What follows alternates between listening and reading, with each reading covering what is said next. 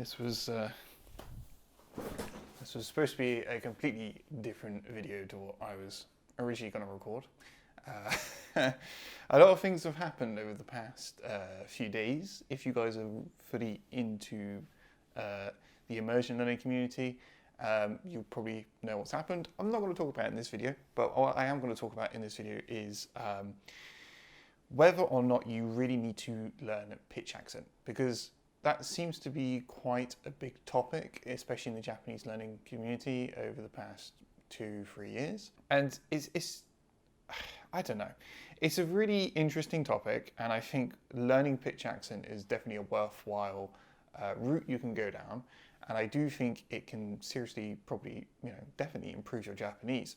If you get to the point where you can learn all the different pitches, you can hear them easily in your immersion, and you can, obviously reproduce those in your speech, then, you're going to sound really, really good in your Japanese. But it's not just pitch. That's the thing. Japanese isn't just about your pitch accent.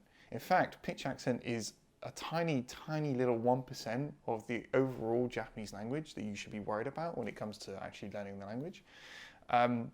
And it's literally just the icing on the cake. It's something that I've gotten this far without having to study it and not really look at it at all. And I'm perfectly fine communicating with Japanese people, and I've never had any issues with it. So when it comes to the idea that not learning pitch is a detriment to your future learning, future Japanese studies, I wouldn't necessarily agree with that. Now, of course, I'm not coming at this saying that I'm a perfect Japanese speaker, or that I have a perfect accent, or that I have perfect grammar, or that I don't, or that I never make mistakes. That's not what I'm saying. I am far from that, and I am perfectly okay with that. I am fine with the fact that my Japanese isn't perfect. After all, I'm a foreigner who's learnt the language.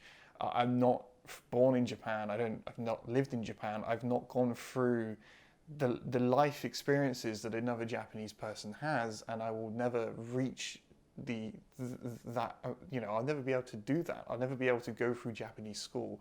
I'll never be able to learn all the references that people my age, of Japanese people my age, know from when they were a kid watching certain TV shows or certain things growing up. And I'm okay with that. That's perfectly okay. I can certainly try my best to study those things and try and get better at Japanese, to be more relatable and be able to have more talking points with people of a similar age or people that I might like and want to talk to.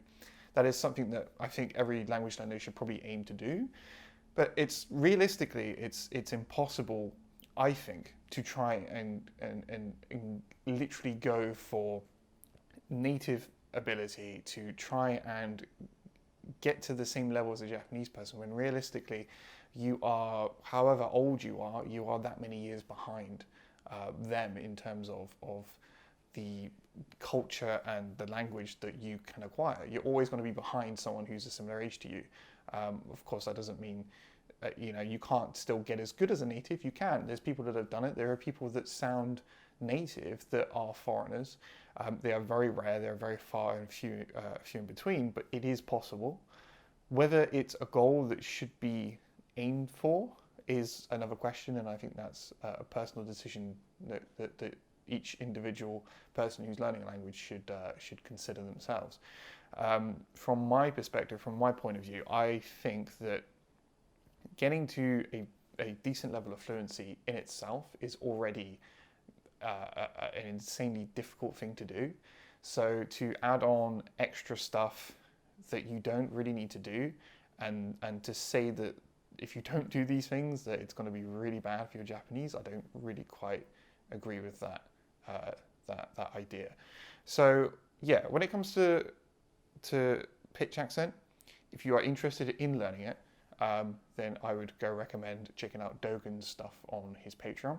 He's got some really good tools to learn pitch accent, and I would totally agree with the idea that if you learn the basic patterns, that just that alone is going to seriously help boost your understanding of pitch accent in your immersion. It'll help you pick up a lot of the pitches in different words, and to be honest, I feel like that's all most people will need to do. You could study them in Anki, and you could do all these different things with Anki. And I'm coming at this from from a perspective. I'm going to be completely honest here. I've never properly studied pitch accent, so I have no idea. But from what I've heard from other people, is you don't really need to fully study it, especially if you come at it from an earlier point in your Japanese studies. If you just pick up the different pitch patterns, then it seems like just for immersion you can pick up a lot of the pitches. Now that doesn't mean you might have to actually practice outputting and making sure you can repeat them properly, and that'll come with time down the road as you pick up, as you do a lot more immersion and you start picking up the grammar and stuff, and you actually think, right, I'm going to start outputting now. Maybe do some shadowing and try and perfect your pitch through doing that. And so that is, the way that I probably would go about it if I had to start again and I was interested in learning pitch. But I'm not. I'm not that interested in learning pitch. I've got to the point now where, personally, I'm fluent. I'm not amazing. I don't have the best accent in the world. I don't have the best pitch in the world. I don't even know what my pitch sounds like. All I know is that if I have conversations with Natsumi, my girlfriend, who's Japanese, she occasionally will correct my pitch, and that's about it. And even then, if I make a mistake with my pitch and it doesn't really matter, she's probably sometimes, in fact, she's probably a lot of the time not correcting me, and I'm okay with that. I do appreciate the corrections. I do ask her to do that for me, but at the same time, I guess I take a much more natural approach to it. I guess I treat it as if I was just another person speaking Japanese, and if I made a mistake, then the other person can correct my mistake if they feel the need to at that time. In my overall opinion, the most important things in terms of learning Japanese, the most important things you can do to actually make yourself be able to communicate better and to be able to get decent at speaking and all the stuff that is involved with that, is to just get lots and lots of input, lots of listening and lots of reading. Of course, try and hold off on the reading a little bit, just to make sure your accent doesn't get super bad. But for the most part, even if you do a ton of reading early on, as long as you do a lot of listening, the chances of your accent getting really bad are probably quite low. I think the only time I've ever seen someone get really bad with an accent is when they just have only read and they just haven't done any listening to the language, which is a bit of an interesting situation to get into, but I don't think many people get into that. So if you're seriously worried about your accent, go for studying pitch accent. Have a look at it by all means. But pitch accent isn't the only part of accent. You can have really good pitch, but you could still sound like a foreigner in terms of your general accent. So that is also something to be aware of. And to get a good accent in general, you do need a lot of immersion and a lot of input. So yeah, it's something to consider. It's something to sort of, if you look at pitch accent as the icing on the cake, as something that you can do to make yourself sound better, make yourself sound, I can't even speak, make yourself sound a lot more native-like.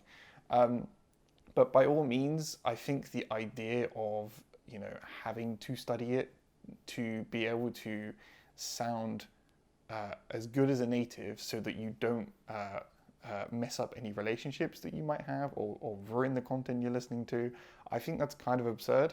I've never had any issues with any of that kind of stuff, and I've never studied pitch accent, so I don't really necessarily agree with any of that. However, as I said before, learning pitch, I think, is a personal choice, something you can do to definitely improve your Japanese. It will provide a deeper understanding of the language, and it will surely make you sound like a better speaker. But it is a very minute, tiny part of the language. The main part of the language, if you are seriously studying Japanese, that you need to really focus on is your listening comprehension and your reading ability. And once you get those two up, you'll find that when you start speaking, when you practice speaking, you'll find that for the most part, a lot of your pitch will be correct. A lot of your accent will flow naturally like a Japanese person's would. And so you, for the most part, you don't have to worry too much about your accent. In fact, a lot of people talk about shadowing. Again, shadowing is not something that I've really done. I've done it a few times here and there. I do think it's a great tooltip and something that you can definitely do to improve your Japanese if you're going into like a speaking situation. Like I would definitely shadow before going into like a job interview or something, because it just gives you a bit of a training session beforehand to get you prepared, and it can definitely be a great tool to help you practice speaking before actually getting into speaking. So I've got no qualms with it. I definitely think it's a good tool. I've just never personally used it myself because I'm kind of lazy. I just haven't bothered. And again, I've never had any issues because of that.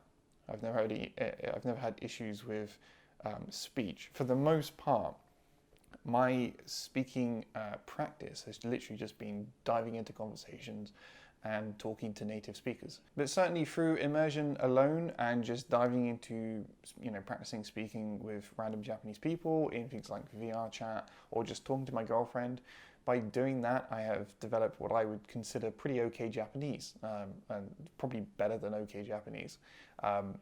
And I'm, as I said before, I don't think I'm amazing. I don't think I'm ridiculous at the language, but I've had decent compliments from Japanese people. Personally, for immersion alone and just through talking to Japanese people, mainly my girlfriend, and getting practice with her and just speaking to other Japanese people, I'd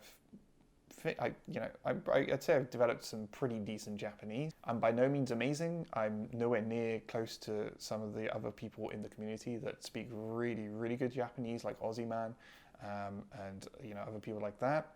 But I'd say I've developed some pretty decent Japanese from literally just listening a lot and speaking from doing that afterwards. I would consider any advice on pitch accent just to take it with a grain of salt and be like, okay, this thing exists. I can use it to improve my accent if I wish to. And if you're one of those people that really wants to try and achieve near native like fluency, then by all means, you should take a look at it. But like I said before, I still think the argument for trying to obtain near native fluency is kind of absurd. It is definitely doable and it's definitely possible, but the amount of time, the amount of effort, and the amount of just work that goes into that is just ridiculous. And at the end of the day, guys, learning a language is great and all, but you still need a main skill. You need something to do in life to earn money and to get a job. And without that, just learning another language isn't really that big of a deal, unless you're going to become a translator, in which case you don't even need pitch accent or anything like that. Unless you're going to do a job that specifically requires that language. And even then, translation, you still need translation as a skill. It's completely different from actual language learning. So I guess what I'm trying to say here is if you are someone who's aiming for perfection in a language, I don't think it's attainable. I think it is attainable. People have done it, but I think it's very difficult for everybody to get to that level. For most people, it's going to be impossible, and I feel like it's a huge waste of time if you do try to go for that. And you should definitely be trying to focus more on other skills as well. If you're looking to move to Japan, learning Japanese is obviously very important. If you are looking to get a job teaching Japanese, that is obviously very important to learn the language.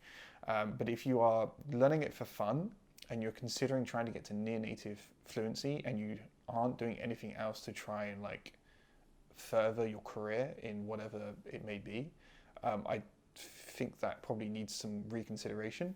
But that's just coming from my own that's just coming from my own experience. I started learning Japanese when I was in university, and I seriously put my studies back then on hold for language learning quite a lot of the time. I put my social